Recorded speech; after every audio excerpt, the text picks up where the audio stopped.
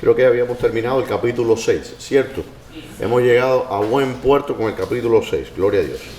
Nos llevó tiempo llegar allá, pero llegamos. Vamos a empezar el 7, hermano, capítulo 7, sí. ¿A alguien le gustaría tal vez a modo de repaso tomar un minuto para decirnos, sintetizar el capítulo 6? ¿Qué es lo que, a ver tú, Jonathan, le gustaría sintetizar lo que dice el capítulo 6? ¿No te gustaría o no sabes lo que dice el capítulo 6? El capítulo 6 prácticamente el Señor le colmó ya la humanidad. Le colmó la humanidad y los ángeles. Y decide raerlos. Y decide raerlos. ¿No? Y el motivo por el cual le conmina a Noé para que construya un arca. Creo que decoró 180 años. 120. ¿No? 120 estiman algunos. 120 años demoró de construirla.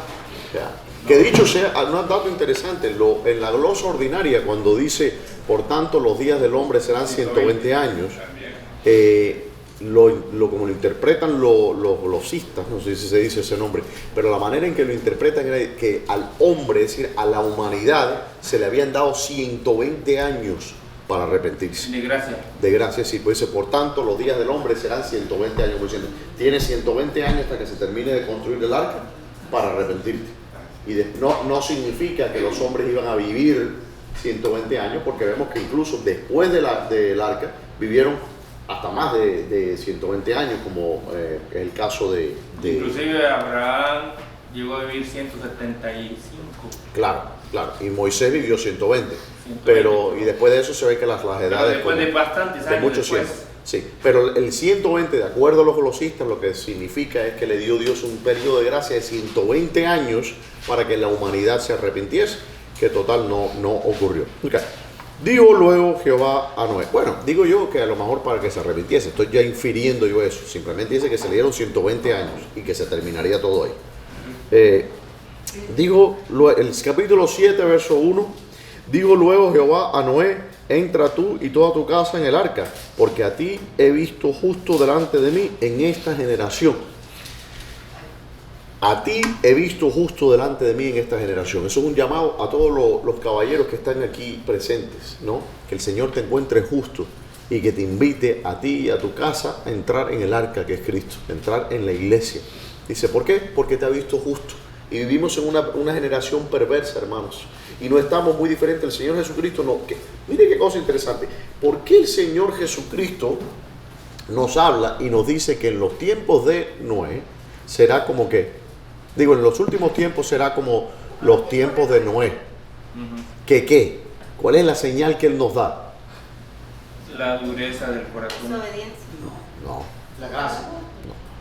¿Qué dice? Yo creo. Será como los tiempos de Noé, que se casarán y se darán en casamiento.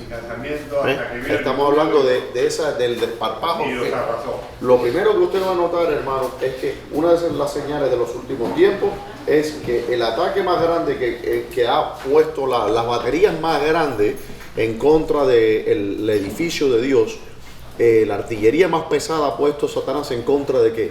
En contra del matrimonio. Es la primera institución creada por Dios. Dios creó al hombre y a la mujer. Y de hecho, la unión mística entre Cristo y la iglesia es comparada a la unión entre el esposo y la esposa. Entonces, no se sorprende que el diablo va a atacar en su matrimonio. No se sorprende que ese va a ser el área de más profundo conflicto y embate en su vida en esta tierra. De hecho, el Señor nos está diciendo que en los últimos tiempos será, dice, como en los días de Noé, que se casarán y se darán en casamiento. El Señor nos está diciendo que hay algo aquí con el matrimonio o la unión que nos está indicando a algo. Pero la unión que el Señor tal vez estaba refiriéndose es lo que estamos viendo en nuestros tiempos. Uniones que no son uniones legítimas, si se me permite usar el término de Ireneo que les leí hace unas semanas atrás. Estamos viendo que hoy día se casa un hombre con otro hombre. O se casa una mujer con otra mujer. O, como ha ocurrido el caso en Italia, una mujer se casa consigo misma y después se divorcia. Porque No, y ojalá yo les estuviera mintiendo. Estas son cosas que, si usted quiere, les mando los videos para que ustedes lo vean. Ya les mandé el de la matemática, ¿no? La que se casó con un muñeco, ¿sabes? Sí, sí. También. Es que eso es una cosa que yo sabía que eso iba a ocurrir, es una cosa que hace años yo vengo diciendo, cuando ya corroemos los principios y las bases, eso es un despeñadero. Al final todo va a ser permitido. Como decía Dostoyevsky, dice, si Dios no existe, todo está permitido. Si nosotros nos despojamos del eje que es Dios, perdemos toda noción, todo norte, todo sentido. No hay un punto de referencia. Y es lo que estamos viendo en la sociedad. De hecho, lo curioso es que una de las yo lo considero profético, ¿no? Lo que escribió Nietzsche, que era un filósofo ateo, que escribió el famoso, su infame libro La muerte de Dios. Pero hay mucha sabiduría en lo que escribe Nietzsche sobre la crítica de la muerte de Dios. No está hablando él de que Dios, el ser trascendente, haya muerto, sino que Dios murió en nuestras instituciones, en el sentido que ya Dios no es respetado, ni siquiera en la casa, que el nombre de Dios es blasfemado.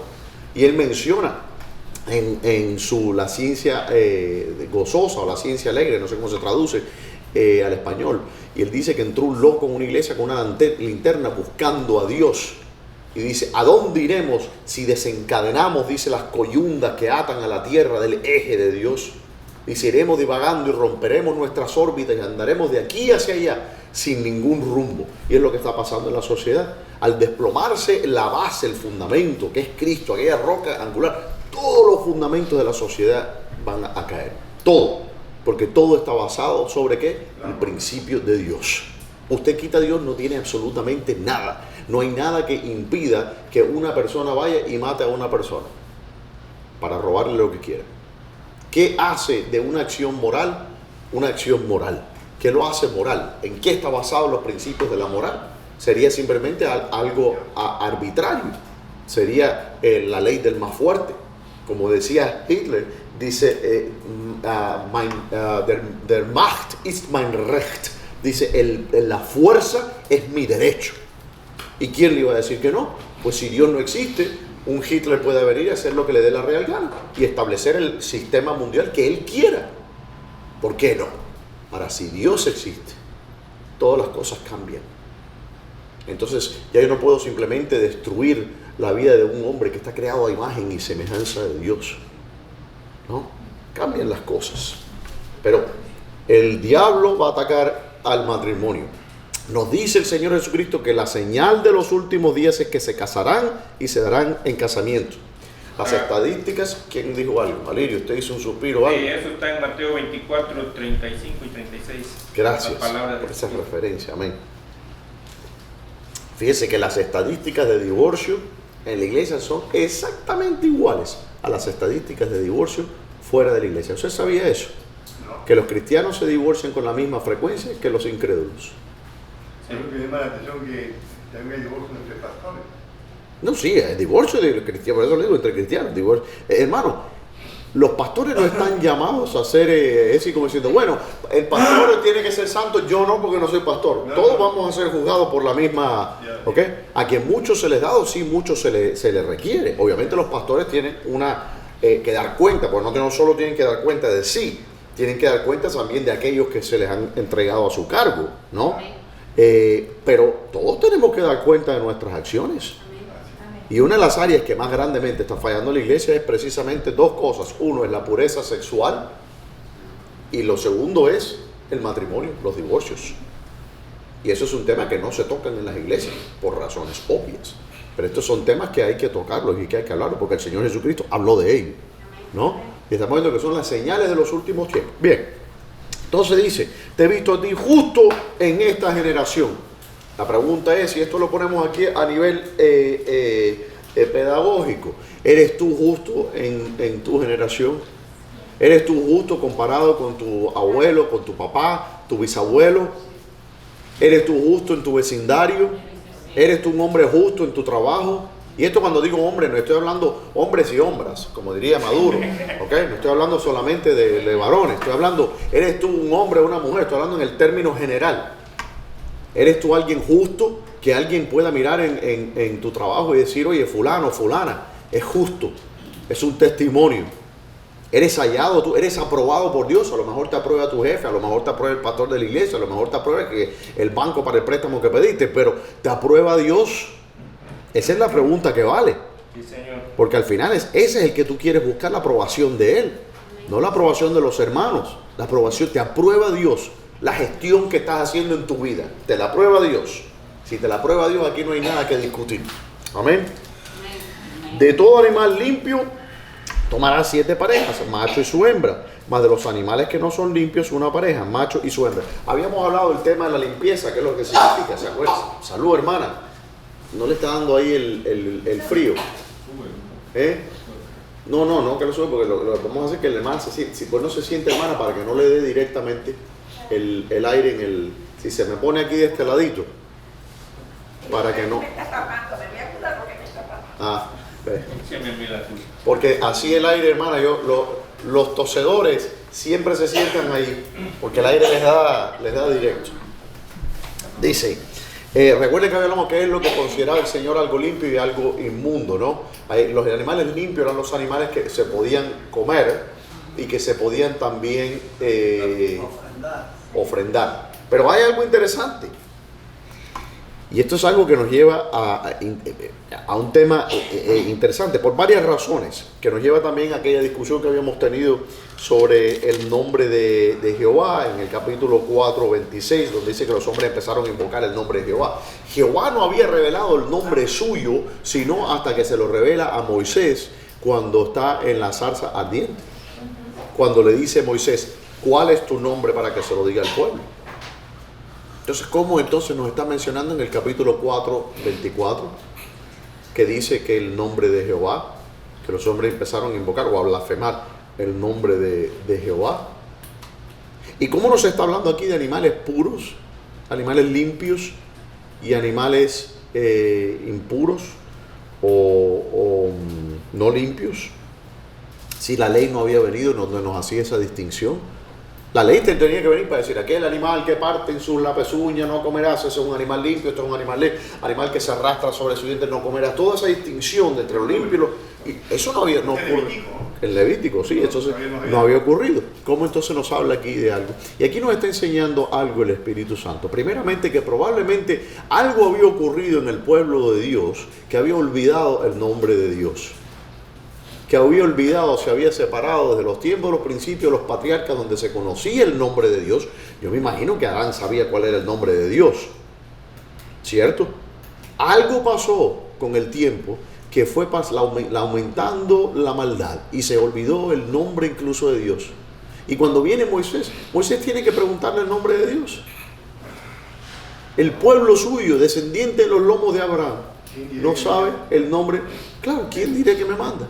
No sabe el nombre, dice, yo soy Jehová, ¿no? Y después, claro, entonces ahí vemos que hay algo que ocurre, ¿no? Porque el nombre que se usa después en todo el nuevo, en el Antiguo Testamento, en el libro de Génesis, es Él, ¿no? De donde viene el derivado Elohim. Él es el primer nombre que se muestra de Dios. Ok.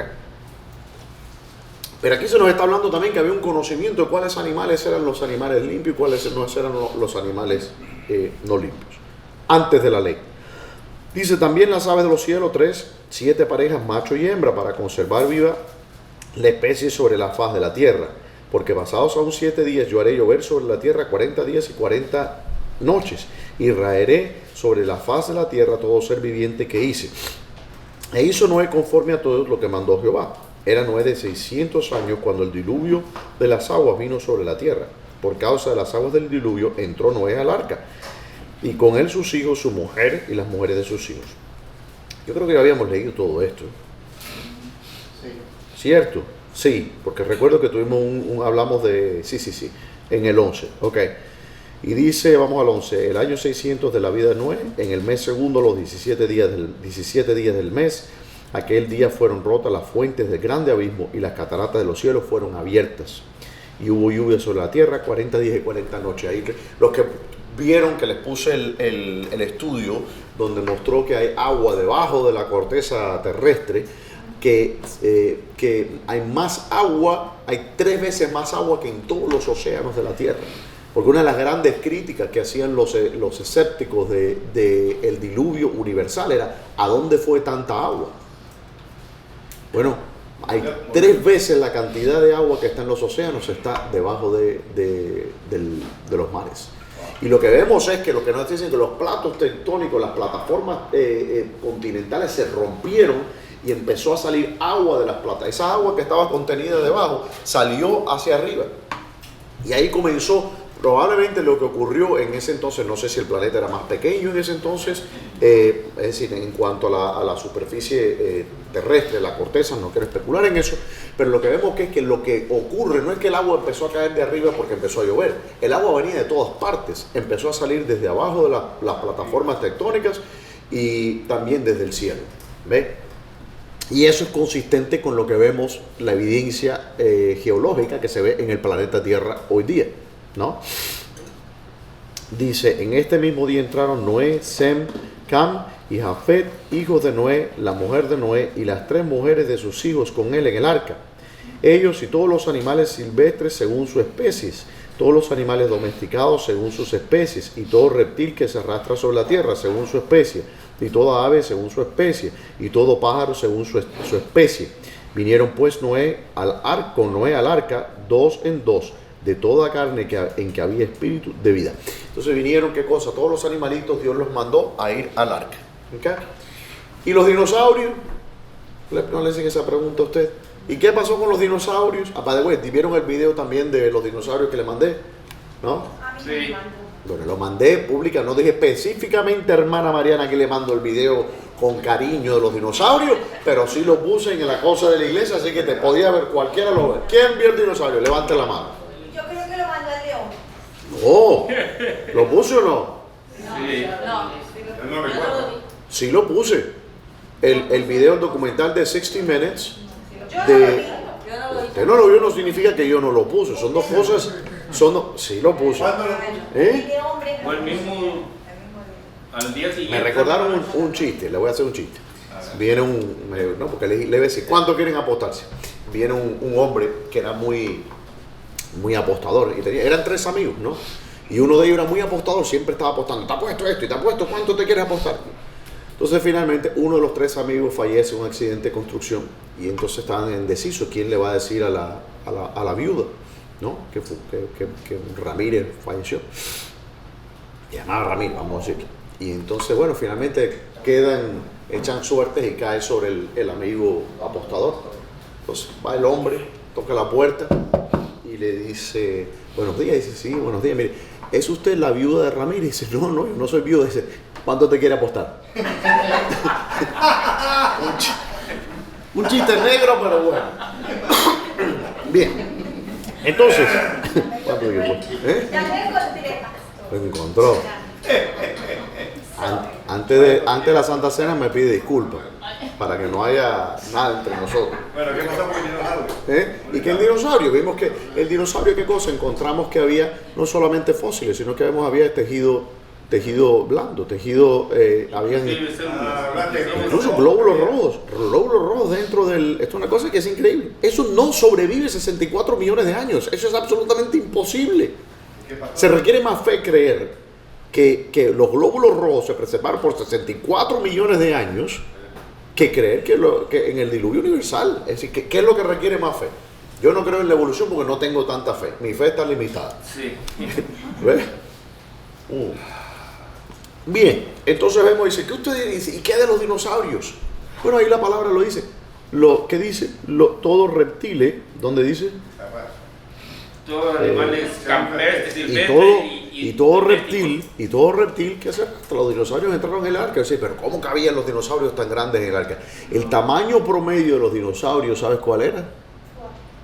¿Cuál es el tamaño promedio de un dinosaurio? Un elefante.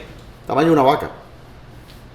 Usted siempre está pensando en, el tiranosaurio rex pero los dinosaurios no eran, de hecho, la mayoría de los dinosaurios eran pequeños, eran del tamaño de como las iguanas o los cocodrilos, ¿no? Focas.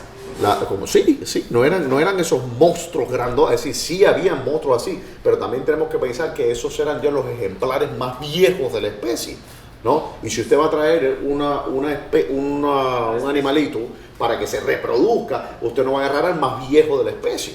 Si usted piensa a los Galápagos, no en las Islas Galápagos, son bestias de tortuga que son, ¿no? Pregúntenle al hermano David, ¿no? El tortuguero, el Ninja Turtle de la iglesia. Pero un Galápago cuando tiene así, porque tiene 150 años. Los Galápagos cuando nacen son pequeñitos, son galapaguitos, ¿no? Después se forma un Galapagón. Pero, ¿me entiende lo que le digo? Entonces los dinosaurios perfectamente, la matemática la hemos hecho. Todos los animales pudieron haber cabido sin ninguna dificultad en el arca de Noé. Todos caben en ella. ¿Se acuerdan de la cancioncita? Okay. Y sí cabían. Esto no es una historia para niños de la escuela dominicana. ¿Qué Esto es, evidencia hay de que los dinosaurios tenían ese tamaño? ¿qué cosa? ¿Qué evidencia hay de que los dinosaurios tenían ese tamaño como una vaca o...? No, el promedio, bueno, porque tenemos los fósiles. Es decir, eso no es especulación, tenemos el registro fósil y muestra que el tamaño promedio de los dinosaurios, si uno toma desde el más pequeño, porque habían dinosaurios de este tamañito así. Nosotros pensamos siempre los dinosaurios, lo que Hollywood nos ha enseñado, el monstruo que va. Claro, pero incluso los tiranosaurios rex no nacieron de ese tamaño. ¿Ves? Eran de este tamaño cuando nacieron. Entonces, igual que si usted piensa, por ejemplo, en un elefante, ¿no? Un elefante no nació de ese tamaño, nació pequeño. O una jirafa o algo así, ¿no? Pero el tamaño promedio era una vaca. Todos los animales podían caber perfectamente dentro del arca. Por eso yo quiero que hagamos un viaje con los jóvenes a lo que se llama el proyecto del arca, aquí en Kentucky, donde se hizo una réplica del arca de Noé con las dimensiones que nos da la escritura. Y usted puede entrar, dar un tour, ver cómo todos los animales cabían, cómo alimentaban a los animales, etc. Hay un estudio, pastor, del pastor Ken Ham, de Australia. Sí, es ese. Que él hace. Él es el director del Ark Encounter. Ese lugar que le estoy diciendo es de él. Y él habla, obviamente, así como para dar un ejemplo, ¿no?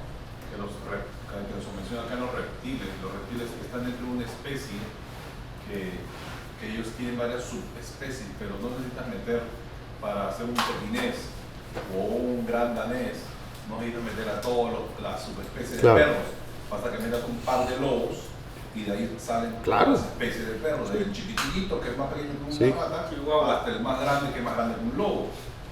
Entonces, y lo mismo sucede con los reptiles. Mire los leones, por ejemplo, y los tigres, los ligres, que se llaman, que se pueden, no sé si ustedes saben que los leones y los tigres pueden reproducirse y producir un... nombre. Sí. Depende del macho, le ponen si es el macho tigres o ¿cómo le ponen? León y tigre. Tilón y ligre. Liogre o tilión. Tilión, no sé. Bueno, pero el punto es que lo que dice el hermano, nosotros cuando leemos aquí, dicho sea de paso, si usted ha estudiado biología, porque si alguna vez ha estudiado las clases de taxonomía, hoy día no sabemos en realidad definir específicamente qué es lo que es una especie. ¿Qué significa una especie? ¿En qué punto una especie es distinta a otra especie? Cuando hablamos, por ejemplo, de los tiburones, lo que los escritores de la escritura aparentemente significaban con la palabra especie, que no es la palabra que ellos usaban, probablemente es un tipo de animal. Por ejemplo, si hablamos de las vacas, bueno, vamos a hablar de todas las subespecies de vaca, la vaca, el búfalo de agua, el toro cebú. No, todo eso mismo pertenecen a la misma especie o al mismo tipo de animal. O sea, hablamos de... Sería igual que el humano según donde está el clima, el espacio, se va desarrollando o evolucionando según el espacio. Claro, tenemos guatemaltecos, tenemos... El cuerpo mismo se va matando según donde vive. Claro, es la palabra que debemos utilizar más, que es una adaptación, ¿no? que hacen las especies. Sí, mire, el problema es que, y los conocedores del tema hablan de lo que es la microevolución y no la macroevolución. Lo que no existe, y cuando le digo no existe en el registro fósil, es una transición de una especie a otra especie. No existe. ¿Okay? De hecho, Darwin, cuando Darwin vivía, él escribe en su famoso Origen de las Especies, creo que es en el capítulo 6. Sí, en el capítulo 6. Él habla precisamente de una de las grandes dificultades que él tenía con su teoría, y es que natura non facit saltum. Dice, la naturaleza no da brincos o saltos, Entonces, ¿cómo es posible que cuando uno tiene lo que se llamó la explosión cámbrica, ¿okay? Que 98.8% de todos los, no sé cómo se dice en español, creo que se dice filos, Familias. no familias, antes de familia, superior. Los que se llaman filos, okay. De todas las especies que existen hoy día, aparecieron así y se encuentran en una sola capa. Darwin nunca pudo explicarse eso. Darwin nunca pudo explicarse, cuando él dice la naturaleza no da brincos, cómo es posible que por medio de transiciones de procesos adaptativos que no son útiles para esta especie, pero sí son útiles para los supuestos descendientes, cómo es que se desarrolla. Esas transiciones no pueden ser explicadas. Como del mono saltó al hombre. Es que no es solamente, Darwin vivía en el siglo XIX. Él no entendía que para que un pájaro tenga alas y no patas, tiene que haber una recodificación genética. Yo no le puedo explicar lo que se han sabido aquí en la computación, en la ciencia de computación. Pueden entender el infinitamente complejo proceso que requiere eso. Cambios de proteínas. Es un proceso informativo que es simplemente imposible que ocurra. Mendel, que era un cura católico, jesuita, él fue el padre de lo que se llama la genética moderna. Darwin no tenía ni la menor idea de lo que eran los genes. Nadie conocía eso. En el 1950, cuando finalmente se hizo la secuencia que fueron Watson y ¿cómo se llamaba el otro? Creo que fue en el 53 o el 57, no me acuerdo, cuando hicieron la secuencia del ADN. ¿Okay? Watson escribió un libro creativamente llamado ADN, y en él menciona una cita que a mí me encanta que dice, fíjense, y este hombre no es cristiano, pero él dice, la probabilidad, ¿okay?, de que en una sopa primordial de aminoácidos flotando en el agua, por millones de años, por un proceso aleatorio y estocástico, estas partículas vengan y se unan para crear un organismo. Es tan probable, esto dice Watson, como que después de que pase un huracán por medio de un junkyard o un rastro, que a su paso deje un Boeing 707 completamente formado. Dice, hay más probabilidades de que un huracán pasando por un basurero deje a su paso un Boeing 707, último modelo. Dice que eso es más probable matemáticamente que de partículas inanimadas, ¿okay?, de proteínas, de carbono, etcétera, que de ahí se forme una célula. Yo no le puedo explicar la complejidad de la célula, y cada vez descubrimos más y más cosas que no entendemos. El rompecabezas, mientras usted pone una pieza aquí y se da cuenta que este rompecabezas no solo que es un rompecabezas, no, está en 11 dimensiones y nada más necesitamos 3 piezas. Con eso le quiero decir, hermanos, que la evolución, y esto es un hecho que yo lo puedo decir, yo he tenido muchas conversaciones y debates con evolucionistas, ellos lo saben. Hay una teoría que los evolucionistas sostienen precisamente porque saben que la teoría de Darwin no produce vida. No, entonces es algo interesante. Darwin llamó a su libro El origen de las especies.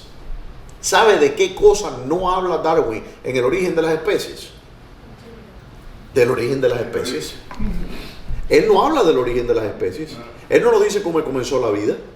Él simplemente dice, no, da por sentado la vida y sigue. Ok, muy lindo. Ya tú tienes aquí el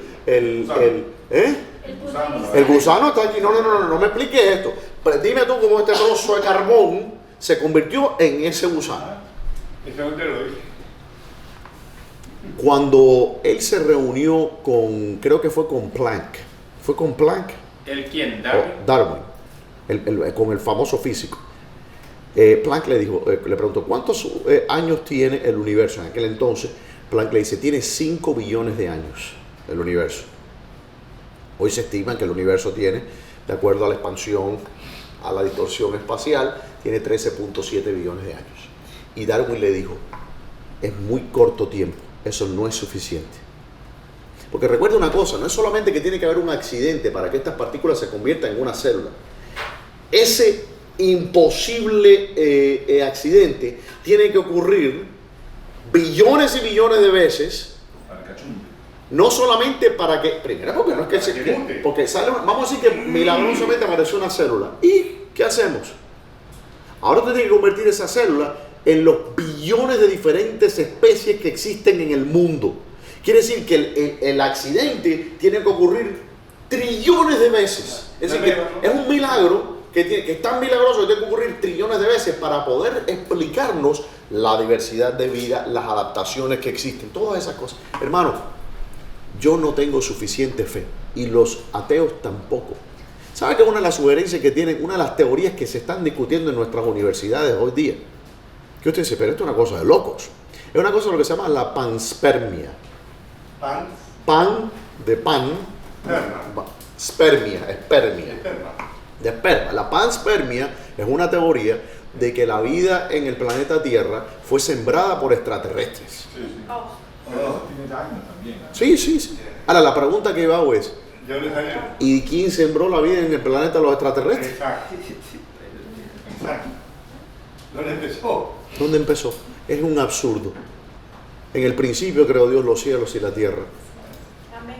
Y la tierra estaba desordenada y vacía. Amén. Y dijo Dios, sea. Y Dios creó todas las cosas. Amén. La verdad de Dios. Ese fue. Nos arraigamos en la verdad de Dios. Nosotros sabemos la verdad, ¿no? Amén. Se necesita más fe para creer lo otro. Le digo honestamente que sí. Le digo honestamente que sí. Cuando usted mira, hay una cosa que se llama que es un experimento en la mecánica cuántica que se llama el Boltzmann brain, creo que se llama. No. Es la ¿cuáles son las probabilidades de que exista un universo, ¿okay? Otro universo fuera del nuestro, que pueda aparecer espontáneamente, conteniendo un cerebro? Es decir, no un universo lleno de galaxias, no, un universo que consista en solamente un cerebro humano. Las probabilidades son tan astronómicas que es imposible. Nosotros vivimos en un universo donde hay 7 billones de cerebros. Y la razón por la que se dice el cerebro, porque el cerebro es digamos, objeto o el fenómeno más complejo en todo el universo. No hay nada más complejo que el cerebro humano. Y todavía no lo podemos entender. ¿Okay? Bien. Y no funciona esa totalidad. ¿Que a quién no le funciona? Y no funciona al 100%. Yo sé, en algunos no funciona ni 1%, No. es el problema. Es que funcionamos con un porcentaje muy limitado. Si No, fuera pero- al 100%, Pero sería pequeño. esos son los comunistas, hermano. Los que les funciona un porcentaje muy limitado. Dice, dice lluvia sobre la tierra 40 días y 40 noches. ¿Qué significa el 40? ¿Qué significa el 4? Juicio. Juicio. Dice, no, ¿por qué me fui tan atrás? Espérense. Ajá. Fue el diluvio 40 días sobre la tierra y las aguas crecieron, 17, crecieron y alzaron el arca y se elevó sobre la tierra. Y subieron las aguas y crecieron en gran manera sobre la tierra. Y flotaba el arca sobre la superficie de las aguas. Y las aguas subieron mucho sobre la tierra. Todos los montes altos que había debajo de todos los cielos fueron cubiertos. 15 codos más altos subieron las aguas después que fueron cubiertos los montes. ¿Okay? Y ahora usted dirá, bueno, 15 codos por encima del Everest. El Everest no existía cuando esto ocurrió. Hubo un cambio no solamente sí. El cambio sucedió cuando las aguas disminuyeron y dejaron un mundo nuevo. Bueno, no, el cambio que empezó a ocurrir cuando Se abrieron las fuentes. Claro, cuando recuerde que el cambio no fue solamente que cayó un poco de agua del cielo. Se abrieron Eso no es las fuentes. suficiente agua. El agua vino de abajo, el agua empezó a venir de todas partes.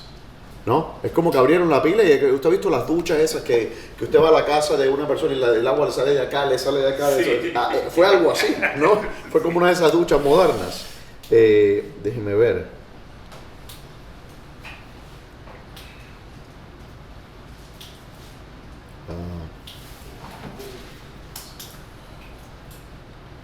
Ya me acordé. Sí, no es Boltzmann, es que me quedó esa duda en la cabeza. Es el Boltzmann brain, que fue el físico teórico que llevó a esa paradoja. Okay. Me quedé con eso. del cerebro. Bien. Dice, y entonces, ¿qué pasó? Porque cuando empezaron a subir nuevamente las placas, recuerden, algo ocurre cuando el agua tiene peso, ¿no? Entonces, si usted tiene ahora 3 veces la cantidad de agua que está ahora bajo la superficie de la Tierra, ahora de repente está sobre la superficie de la Tierra, ¿qué usted cree que pasa eso? Se mueve todo. Bueno, que eso empieza a comprimir la corteza terrestre, eso es peso, ¿no? Y eso crea actividad volcánica. De hecho, nosotros estamos viendo en este momento, hoy día, la era glacial que ocurrió después del diluvio. Nosotros estamos viviendo en el periodo después del diluvio. Estamos viendo aún los efectos con el volcanismo aún que existe en el planeta Tierra. Si la Tierra tuviera los millones de quintillones de años que tiene, no se debía de ver el volcanismo que estamos viendo en el planeta. ¿Entiendes? Si tuviera 4 billones de años como se... Por supuesto, estuviera estable, de dónde está esa energía se disipa.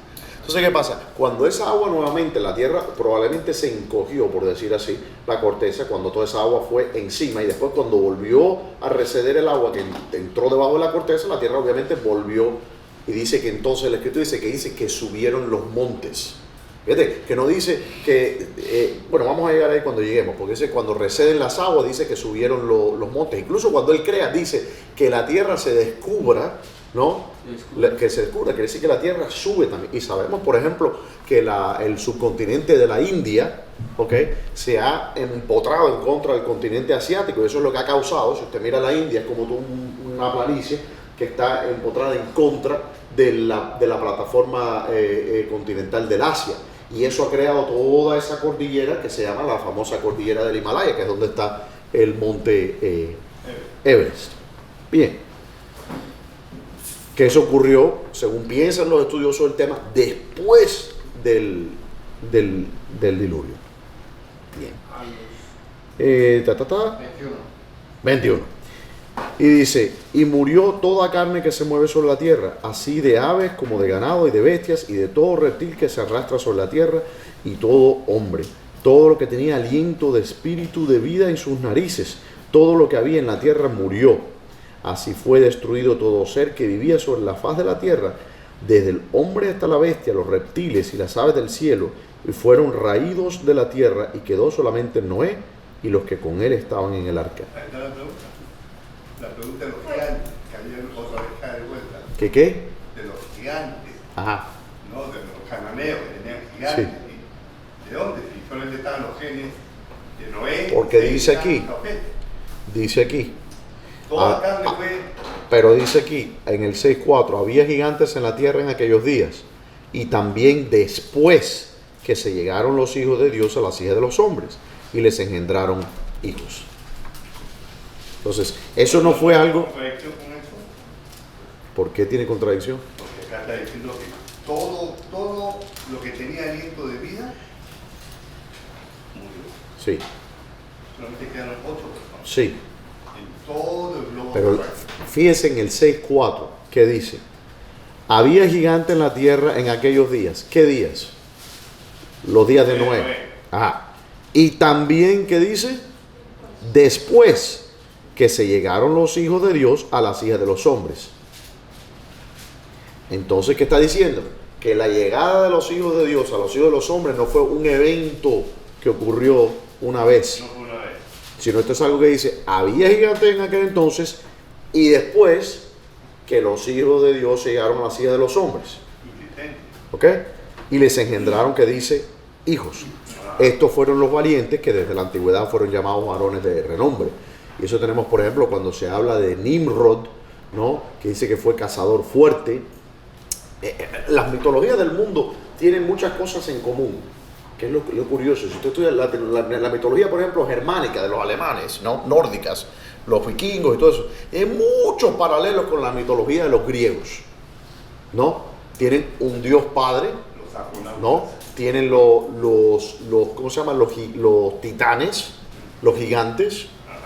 Y usted se encuentra, por ejemplo, Nimrod, que se llama Orión, que es un gigante, la constelación de Orión, y es también, ¿qué cosa? Dice cazador. La escritura nos dice que Nimrod era, ¿qué cosa? Cazador, ¿no? Entonces, vemos que todas estas cosas, algo ocurrió, no tenemos los detalles para entender todas estas cosas. La Biblia no nos dice estos detalles, pero nos da suficiente para entender que aquí ocurrió algo que fue cataclísmico y que no se preserva en la historia, que mucho no se preserva en el registro fósil, no se preserva mucho en el registro fósil, déjeme decirle, es muy difícil que se creen los fósiles. Las personas piensan que los fósiles se crean así nomás, no hay muchos, ¿ok? Es difícil encontrar, y sabemos que hay muchas especies que han existido que ni tenemos idea de que han existido porque no se han preservado. Pero díganme, mamá, ¿qué usted iba a decir? Usted levantó la mano, no sé que tenga tu red, pero bueno. Sí, el asunto es esto de que cuando en Génesis 6:4 dice eso, es de que Dios limpió la humanidad de esa contaminación que llegó al extremo, que le ofendió, y por eso hizo eso.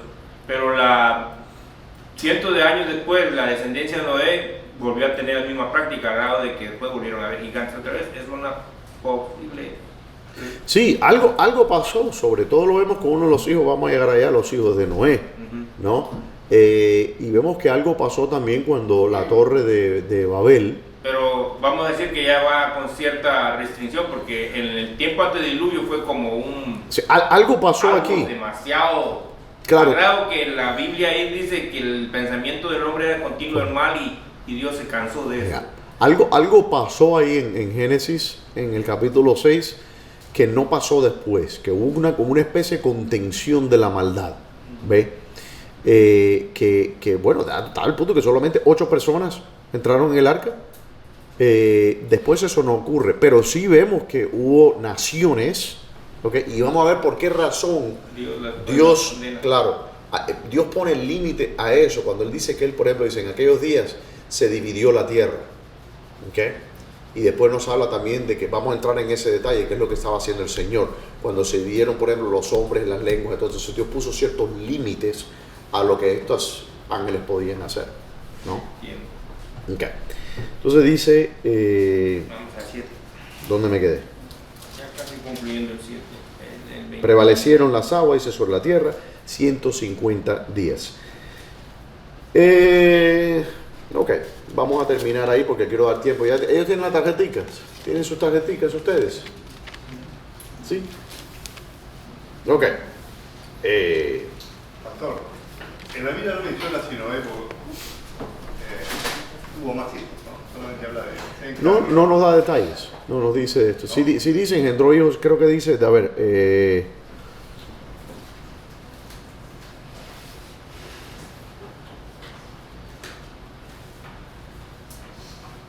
dice, siendo Noé de 500 años, engendró a Sem, Cam y Jafet.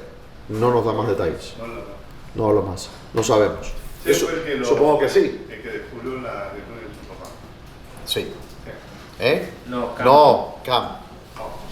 Yeah, Cam. Seth. Sí, sí. Es la descendencia de... Sí, del... Ajá. Bien, los papelitos, si me los pasan adelante. Papelito manda.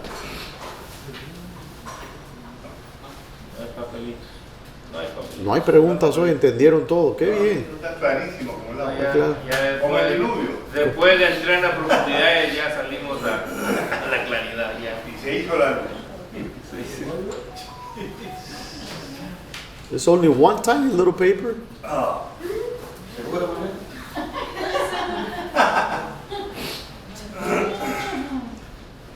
No questions, Julian? I'm surprised.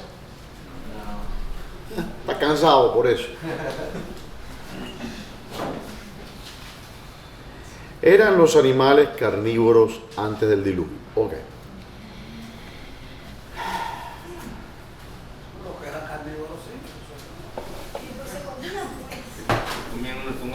Yo tengo una postura que va en contra de lo que muchos de los creacionistas creen. Okay. Cuando la mayoría de los cristianos creacionistas piensan que antes de que Adán pecara, antes de que entrara la muerte, que en el planeta Tierra no había muerte, que nadie moría, los animales inclusive. Entonces ellos enseñan que después de que entró porque dice la muerte entró en el mundo por el pecado, ¿no? El pecado entró, dice, en el mundo por el hombre, y por medio del pecado la muerte, y así la muerte pasó, Romanos 15, 5, 12, pasó a todos los hombres por cuanto todos pecaron, ¿no? Entonces cuando dice que la muerte entró en el mundo, eso no, muchos interpretan eso como diciendo, ajá, ok, significa que antes de la caída de Adán, que los animales no morían, que no había muerte, simplemente que no había muerte, ¿no? Entonces, Una vez, pero cuando el Señor agarra y crea a los animales, le dice a Adán y Eva, le dice, esto les será a ustedes por alimento. la forma en que no dice eso, dice plantas, dice estas plantas le serán a ustedes y a los animales. La forma en que está escrita en hebreo es un poco ambigua, pero no dice estrictamente. Yo lo que usted está hablando le voy a enseñar. Vamos a Génesis 3, Sí. Génesis. No, que dice Génesis. Génesis 2. No, dice, En el 1.29 sí, dice, he aquí, os he dado toda planta de semilla que está sobre la tierra y todo árbol que hay fruto que de semilla os serán para comer. Y a toda bestia, y el hebreo es bastante claro en eso, no es que él le ha dado a Génesis 1, 29 y 30. Los dos hay que leer. Dice, y toda bestia de la tierra y todas las aves de los cielos y a todo lo que se arrastra sobre la tierra en que hay vida, toda planta verde le será para comer. Y fue así. Ok. No sé qué, las plantas verdes, alimento para las bestias. Esto tiene una explicación extensa por varias razones. Ustedes se acuerdan cuando yo les leí el capítulo 1 y les expliqué que, por ejemplo, que yo no consideraba que los días eran literales de 24 horas, etc. ¿Y por qué razón les di yo para eso? ¿Quién se acuerda? A ver. Porque hasta el cuarto día Bueno, esa era la objeción, pero ¿qué razón vemos para eso? ¿Qué ocurre en el capítulo 2, versículo 1? Porque en Dios no existe el tiempo.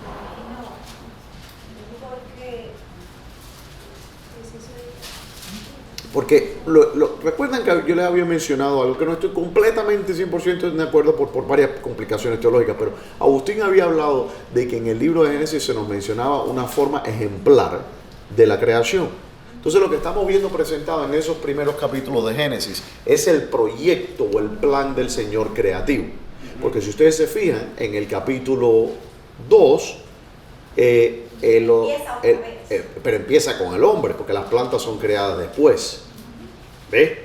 Y las aves no salen del mar. En el capítulo 1, las aves salen de donde produzca el mar, que dice aves. Pero en el capítulo 2 nos dice que las aves son producidas ¿por qué? Por la tierra. ¿Okay? Y se acuerdan cuando contrastamos esto. El problema acá es que cuando nosotros interpretamos estos textos de lo que muchos llaman la forma literal, que no es una forma literal, porque están entonces, a mi entender, a mi humildísima y mi humilde opinión, no están tomando el texto dentro del contexto, es decir, que están tratando de que el texto diga algo o hable en una forma que simplemente el texto no está hablando, ¿ok? Porque está hablando en un mensaje, por ejemplo en el capítulo 2 yo veo más un mensaje escatológico que un mensaje histórico. Yo no empiezo a contar la historia, por decir así, hasta la creación de un ser histórico. Porque en todos los capítulos, hasta que el hombre no es creado, no hay un ser histórico. No existe. No existe la historia. No hay un tiempo, de hecho. Entonces, para explicar todo eso, es cierto que la Escritura dice que, y algunos que interpretan, dicen interpretarla literalmente. A mí me parece que no es una interpretación literal, porque es como decir, bueno, en el primer libro de los Salmos, donde dice, los justos serán como árboles plantados junto a corrientes de agua. ¿Significa eso que vamos a hacer árboles en el cielo? Obviamente que no, eso tenemos que entenderlo dentro de ese contexto. A la misma manera que en los primero y el segundo capítulo de Génesis, ¿ok? Nos está hablando, antes de que ocurre la introducción de un ser histórico, esto tiene que ser interpretado de una manera diferente, ¿ok?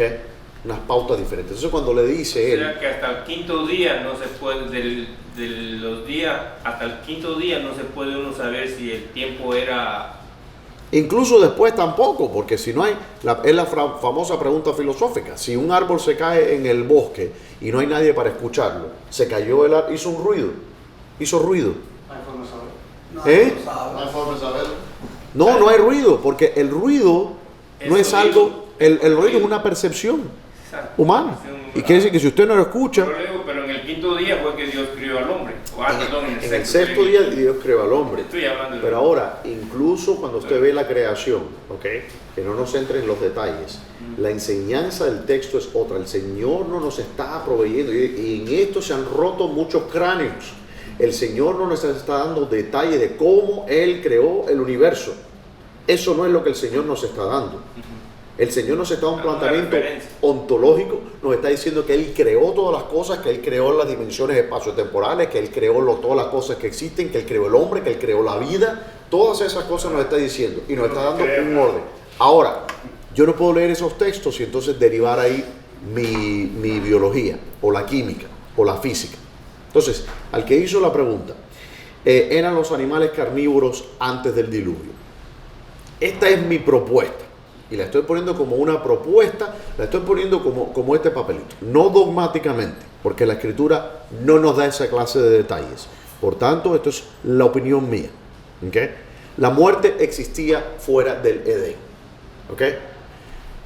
Obviamente los animales tenían que morir. Si los animales no murieran, en un par de, ni siquiera de miles de años, en un par de decenas de años, el planeta estuviera sobrepoblado de bacterias, mosquitos, cocodrilos, dinosaurios, es decir, no cabrían en el planeta. Entonces, tiene que haber un proceso por el cual ellos mueren. Okay.